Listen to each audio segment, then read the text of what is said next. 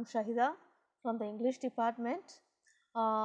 Today I am going to tell the summary of the poem and explain the stanza about a poem, The Trees, from NCERT class 10 unit 7.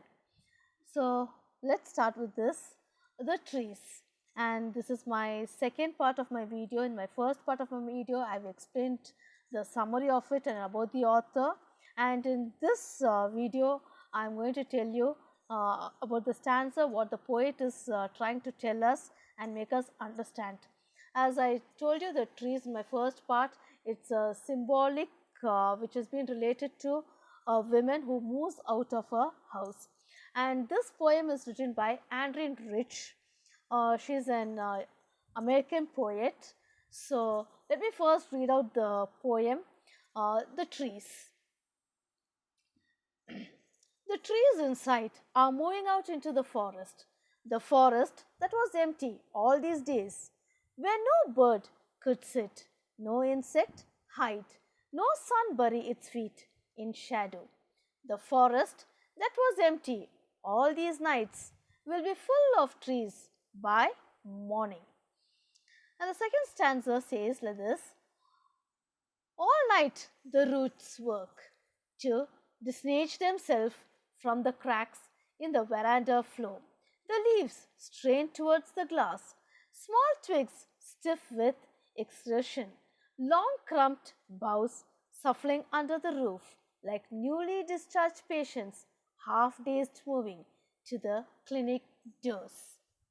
The third stanza: I sit inside doors, open to the veranda, writing long letters in which I scarcely mention the departure of the forest from the house. The night is fresh, the whole moon shines in the sky still open. The smell of leaves and lichen still reach like a voice into the rooms. The last stanza, the fourth stanza: the head is full of whispers which tomorrow will be silent. Listen, the glass is breaking. The trees are stumbling forward into the night. Winds rush to meet them. The moon is broken like a mirror. Its pieces flash now in the crown of the tallest oak. So, this is the poem written by Andrine Rich. Now, stanza by stanza, let us see what the poet is telling us and making us understand. And this poem, to start off first to tell you, is it's a personification which has been related to women who moves, she stays back in her home, and one final day when she starts growing up, when she becomes mature, and when she starts moving out of her house, what are the reforms she is going to bring in the society. In the same way, let us see this poem. So, the poem, The Trees. So, the first stanza is telling us that the poet says that the trees are moving out of the confesses of the houses into the open forest. In these lines, we can realize that the poet has a symbolic meaning. Here, the poem interprets that trees are referred to females who have healed themselves and are ready to move out of their homes into the forest to fulfill their primary purpose of filling the world with mankind. So, the trees inside are moving out. Who moves out? It is only the human. As far as we have seen the trees growing and another sapling coming out. We have seen human being moving, walking and all. In the same way, the author has personified it to a human being. And she is telling us that the poet added that the forest has been empty for past many days, and so there were no birds and no insects to sit and hide in it, and the insects never had shelter because there were no trees in the forest, and the sun cannot bury himself, and because there were no trees to form shadows, the sun used to bury into the earth directly. The forest, which was empty without lives for many days, will soon be full of bright. So, the author is telling us that the trees moved into the forest and it has started growing out. But in the first stanza, actually the trees hasn't grown out yet, and the forest is fully barren without any trees, and there are no place even for the birds to sit and even for the insects to hide. It is empty. Now let's see the second stanza, what the author is telling us. The second stanza is telling us that all night the roots started working to disengage themselves from the cracks. So what's the meaning of disengage? To release itself. The meaning of disengage is to relieve itself from the cracks of the veranda. So the roots started making cracks, that is started growing, breaking the veranda and moving outside of the compound of the author's home. The poet explains the struggle done by the tree to reach the forest. She says that the roots have worked whole night to separate themselves, cracking from the veranda floor.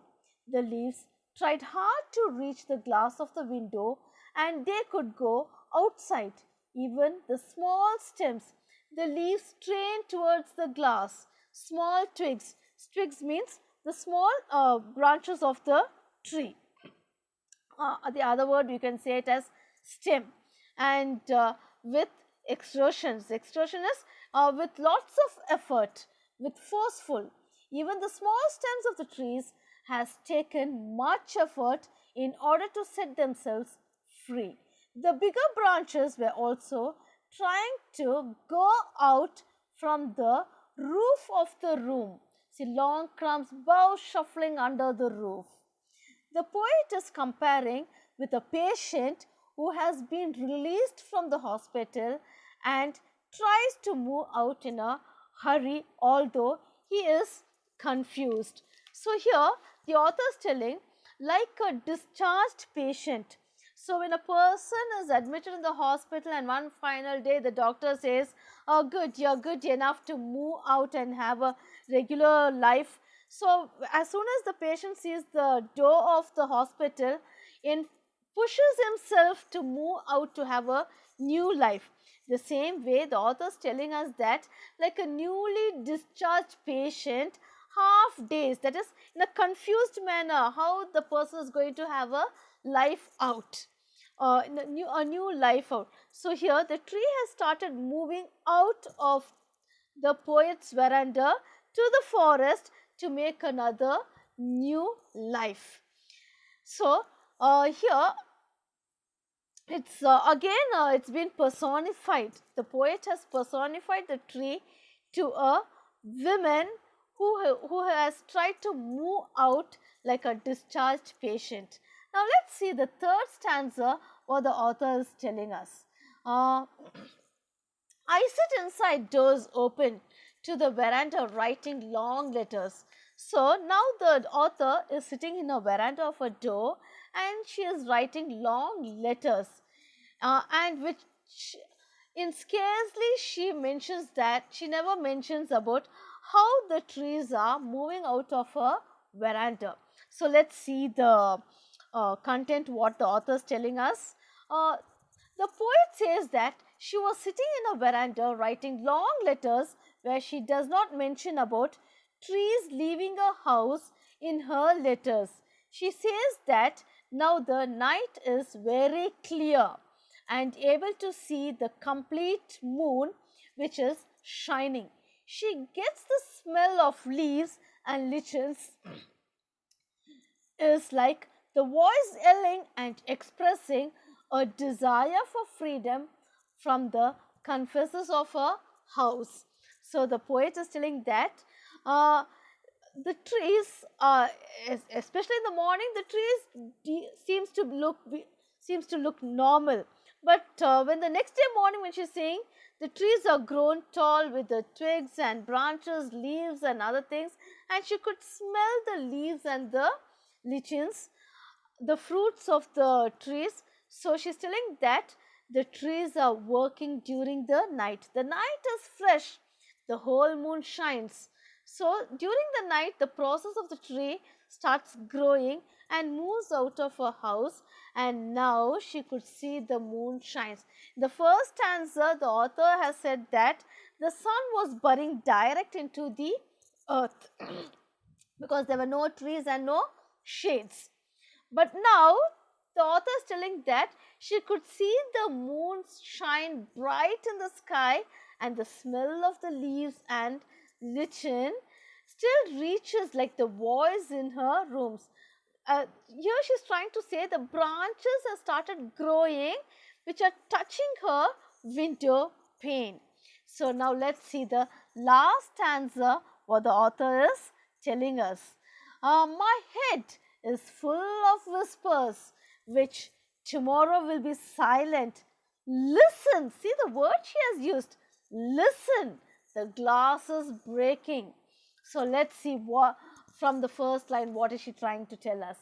Here the poet's head is full of slow sounds made by the trees which are displayed to move out. So during the night the tree has started growing little by little, and the wind is blowing, and she could hear a slow sound, but she is not able to express it.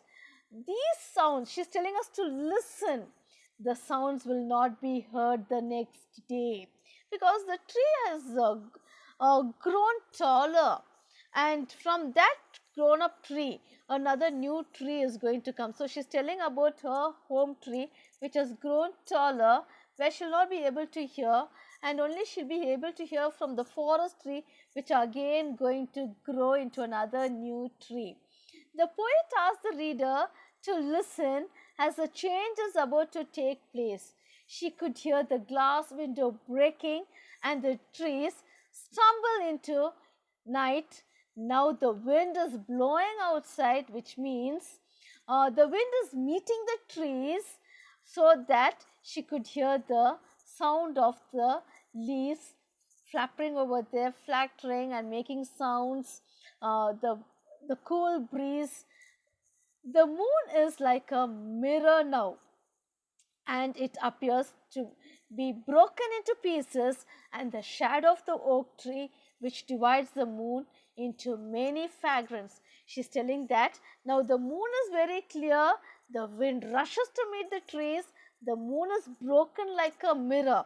The first stanza she was telling that the sun was very bright and couldn't hide, but now the moon, she is not able to, on the ground she is not able to see the full brightness of the moon.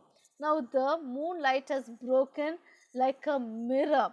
Its pieces flashes now into the crown of the tallest oak. She is telling that now the it's a simile actually. She could see the pieces of lights because now the tree is tall like the oak tree. It's the crown, and on the top of the tree the flashes of the moonlight is like a crown, like the pearls, like the precious stones which are littering on the leaves. So she is so happy to explain about the poem. The same way here, when we why the author has related to a woman, because when a woman, when she is mature to understand what is life, when she moves out, she is going to bring many changes in the society. She is going to earn, she is going to show her talent, she is going to make the other people understand what is life, and it's going to pass on to different people, and each one is going to be benefited, like how the wind has taken to blow on the tree and to make us understand. So this is a wonderful poem where she has explained it. Now let's see the literary device what she has used. The first stanza, the literary device here is she has used an imaginary word moving out in the first line.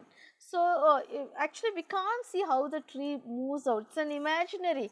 We need to imagine it to see that how the trees keep moving.